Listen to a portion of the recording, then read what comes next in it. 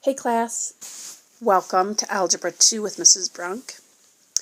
We're going to be wrapping up our work on the first part of trigonometry today with an interesting way of using trigonometry to find the area of triangles. So if we reflect back on our geometry days, and we spent a lot of time studying triangles, and one of the things we did was find area of the triangles. You may recall, hopefully you recall, that the area for a triangle was found by multiplying 1/2 times the base times the height of the triangle. And when we referred to the base and the height, the base could be any side of the triangle, and the height would then be the perpendicular distance from that side to the opposite vertice. So for instance, if I had a triangle that looked like this, and let's say I called this the base, then the height would actually be outside the triangle. I could have a scenario like this, where I have, say, an acute triangle, or I'm sorry, an obtuse triangle that's like this, and let's say I called this the base, then this would be the height right here. Oops. Or we could have a situation like, say, we had a right triangle, and the base and the height could just be two sides. They could be the two legs. So this would be your base, and this would be your height. But what if we didn't have the lengths of the base and the height? What if we didn't know those values, and we still wanted to find the area of a triangle? Well, there are alternate formulas to find area of triangles, and one of them involves using the sine of an angle in the triangle.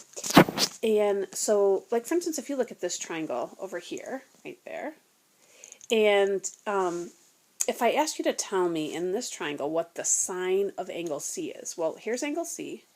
Okay, in order to calculate a sine, we need to know the opposite over the hypotenuse. So if we'd have to focus on just part of this triangle. Let's just like make a little right triangle out of this and just focus on that. And if we looked at the sine of this angle, the opposite would be here, which is actually labeled as the height, and then of course the hypotenuse would be here. And so that opposite side is actually the height, and that hypotenuse is listed as A here. So according to this triangle, the sine of C would be the opposite, which is H, over the hypotenuse, which is listed as A. Now let's say we rewrote that expression right here, and this right here, and we solved it for H. What we could do is put the sine of C over 1, we could do the cross products, and if we did, we would get that H is equal to A times the sine of C. So if we were to take that right here and substitute it in place of the height in this formula, it would turn our area formula into area is equal to 1/2 B times, and then substituting in for H would be A times the sine of C. And that's actually a special formula that we can use to find area when we don't have the traditional base and height values. And so what that really means is, in any triangle, if you know two sides and then the angle that they form, because if you remember how the whole triangle thing works, the two sides, and if you look over here in our triangle over right here, let me get rid of what's there, but if we said A, the side A would be this side, the side B would be this side, and of course the angle C would be this one. So basically, if we have the two sides in a triangle and the angle that they make, we can just use that information to find the area, and we can kind of circumvent that traditional formula and use this instead. And it doesn't really matter which two sides in the triangle that you know, you just have to know the angle that's between them. In other words, the angle that they form. So this formula uses any two sides of a triangle, and the angle that they make. There is another formula called Heron's formula that you'll learn later on in trigonometry that just uses all three sides of the triangle, and you don't have to know any angles to use it. But for now, we're going to focus on the one that has two sides and an angle at a triangle, and you can find the area using it. So given this first example, I mean, you can see clearly they give us exactly what we need. They give us the two sides and the angle that's between them. So this is just really just substituting values into the formula. And so our area for this triangle would be 1/2 times the two sides, and it doesn't matter which one we put in first, 15 and 12, and then times the sine of the angle that they make, which is 110 degrees. And typing that in my calculator, and rounding to the nearest tenth, that gives me approximately 84.6 square centimeters.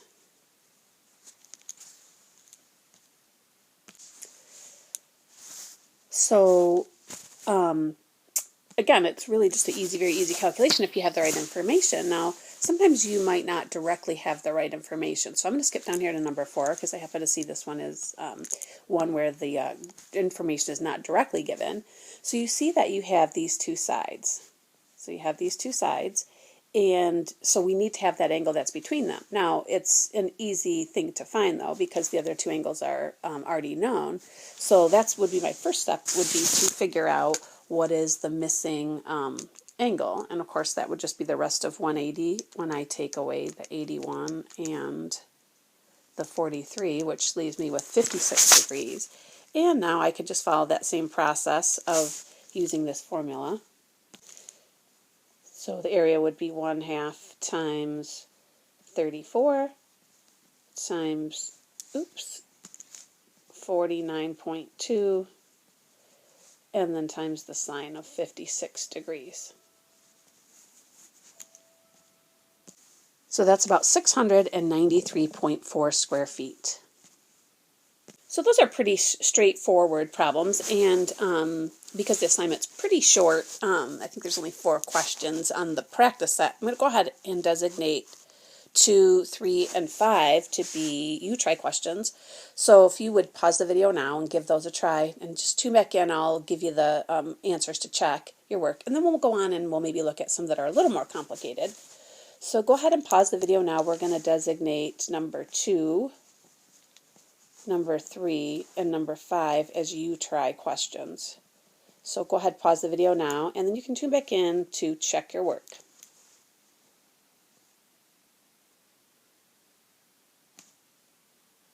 Okay, so thanks for giving those a try.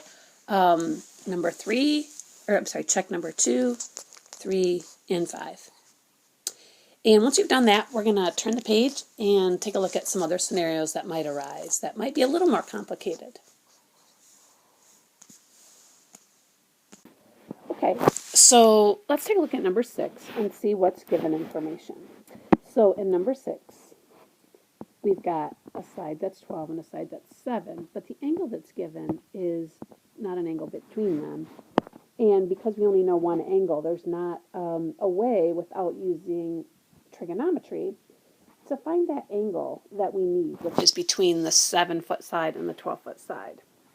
And so here's where we can take advantage of our recent learning of the sine and cosine. Because see, if we were using the traditional area formula, what we would have to do is pick one of these sides, say this side right here, and we would have to know the height to that side, which would be like this little segment right there. And that would be very difficult to find.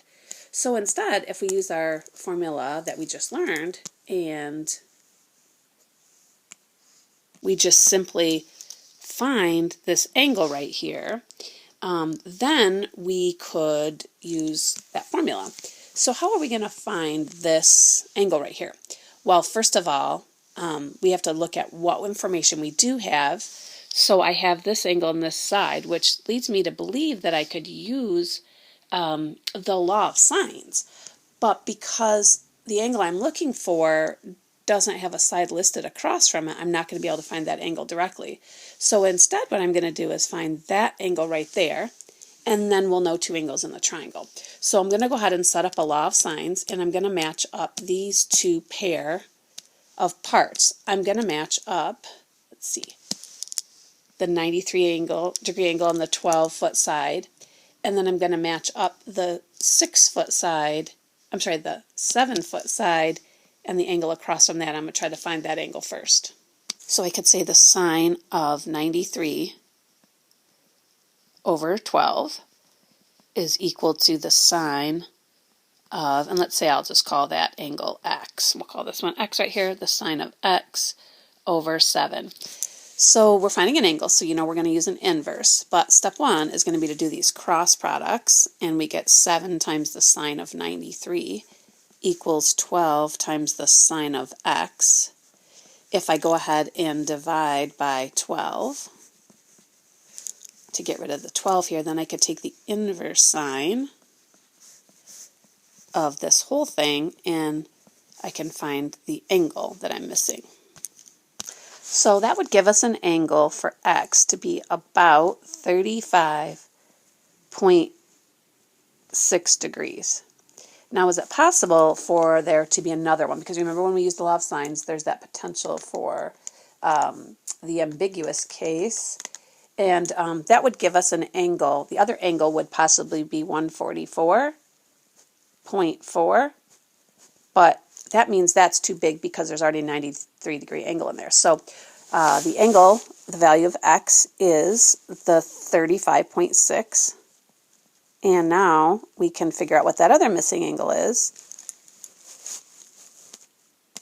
down here, which would make it, let's see, 180 minus 93 and minus 35.6 leaves me with 51.4 degrees. And so now I have all the information I need, because now I can use the two sides that I knew to begin with, which would be this side right here, the 7 and the 12, and now I can use the 51.4 degree angle with my new formula. So the area is going to be a half times 7 times 12 times the sine of 51.4 degrees. And that gives me approximately, so let's see, that's 0.5 times 7 times 12 times the sine of 51.4 degrees. And that's about 32.8 square feet. So in these questions, the task is not going to be just to find the area, but to also find any missing information that we might need to satisfy the formula that we want to use. So looking at number 7, again, let's take a look at, see what we have. We have a side, which we know that means we need another side because the formula uses two sides.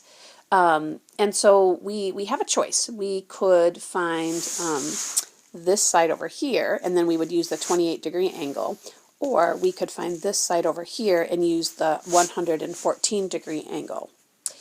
And so either one, we would want to, just use the law of sines in this case, because let's see. So we know the angle, and we were looking for the side across from it. If we wanted to use, we could use the 114-degree angle if we wanted to find this side. But since I have these highlighted, I'm going to go ahead and use the 28-degree angle and find this side. And then I have the 20-inch side, and I need to know this angle. So I just got to figure out using the triangle sum formula, or the theorem, which means that angle is 180 minus 28 minus 114, and that's 38 degrees. So that angle is 38. So using the law of sines, I could say, well, the sine of 38 degrees over 20, which is that side across from it, is equal to the sine of 28 degrees over the side across from that, which we'll call x. And again, doing the cross products on the law of sines, we're just going to multiply these two things and these two things, giving us x times the sine of 38 equals 20 times the sine of 28 degrees. And then all we have to do is divide by the sine of 38 to find out what x is. And that's, I'm going to pause the video and find that value. So that gives us a value of 15.3. So I'm just going to clean up this triangle a little bit, and I'm going to label the things we just found. So we just found the side was 15.3, and then now we can use these three pieces of information, this side, and this angle to find the area. Again, that's not the only way you could do that. We could have found that longer side across from 114 and done the area that way. It's flexible. We just have to have two sides in the included angle. So our area will be 1/2 times 20 times 15.3, and then times the sine of 114 degrees. And that's approximately, let's see, 0.5 times 20 times 15.3, oops, and then times the sine of 114. And that gives me approximately 139.8 square inches. And again, I think the unit's in inches, so the area would be in square inches, and that's my area right there. And that's the answer to my question. Now let's say instead you had found that longer side and used the 28-degree angle. You could find that some of these answers are just off a little bit, but they should be pretty close. Just the only thing you would have an issue with really is just rounding error. So if you're in the ballpark, you're again within a tenth or so, I think you can feel pretty confident that your answer is correct. So I'm going to skip down here to number 9, and then we'll leave number 8 and 10 as our U tries. So number 9, notice that there's 3 sides given, all 3 sides given. Now I did tell you that there was another formula that we could use. It's actually called Heron's formula. It's a little more complicated than this and not covered in this course at this point. But just know that down the road you might approach this question differently and just use the 3 sides in the formula called Heron's formula. But here we know we need to know an angle. So we need to know an angle and 2 sides. The 2 sides and the angle that's between them. And that means we need to pick one of these angles to find. And since we know all 3 sides, we could use the law of cosines for angles. And we can find really any of the angles that we want. So, really it's up to you. I decided I wanted to find this angle right here. So I'm going to call that C. And I'm going to use the law of cosines for angles, which is the cosine of C, since I called this angle C, is equal to, and then remember you put the side in across from it first, so that would be the 23 squared minus 15 squared minus 21 squared, and again 15 and 21 can be reversed, divided by -2 times 15 times 21. So what we're going to do is simplify the numerator and simplify the denominator separately. So we got to break this up into pieces. And the numerator turns out to be -137. The denominator is, let's see, -630. And then remember then to find out our angle, we're going to do an inverse cosine. So inverse cosine of -137 divided by -630 ends up being approximately 77.4 degrees. So now we've got the angle that we need. So we know that this angle right here is 77.4. We go back to our formula now. It's 1/2. We'll use the 21 and the 15 as our sides. And then the sine of 77.4 degrees. So that'll be our area. And so our approximate area is, let's see,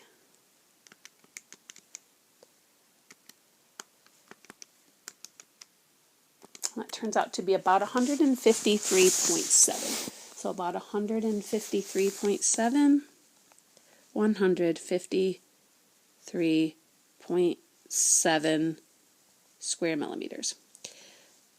Oops. So here's an example of where the rounding could come in. So I happened to find this angle, but I went and looked at the answer key. Now in the answer key, they decided to find the angle down here. So they found that angle. And the area that's listed on the answer key is 153.6. So again, see, it's just a tenth off or so. And that's really not a big deal, and really it has to do with how things turn out as we round. So 153.7 square millimeters is the area. Let's go ahead and end the lesson by having you pause the video and try number 8 and number 10. And again, the reason why I want you to make sure you try these is in our practice set, there really is only 4 questions that involve this area formula, so you don't get a whole lot of practice with it. And this is also good practice with the law of sines and cosines. So go ahead and pause the video now. Give 8 and 10 a try, and then tune back in, and you can check to see how successful you were. So pause the video now.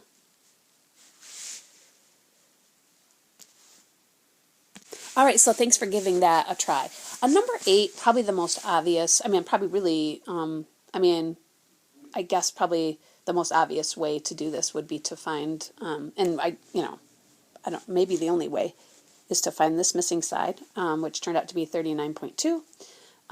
But I guess you don't necessarily, you could find the other side. And then you could use these 2 sides and the angle that's 36 degrees here for an area of about 403.2 square miles. And then on number 10, really, you could have found any of the angles. But the area should be approximately 138.9 square meters. So that does it for today's lesson. Thanks for coming to class.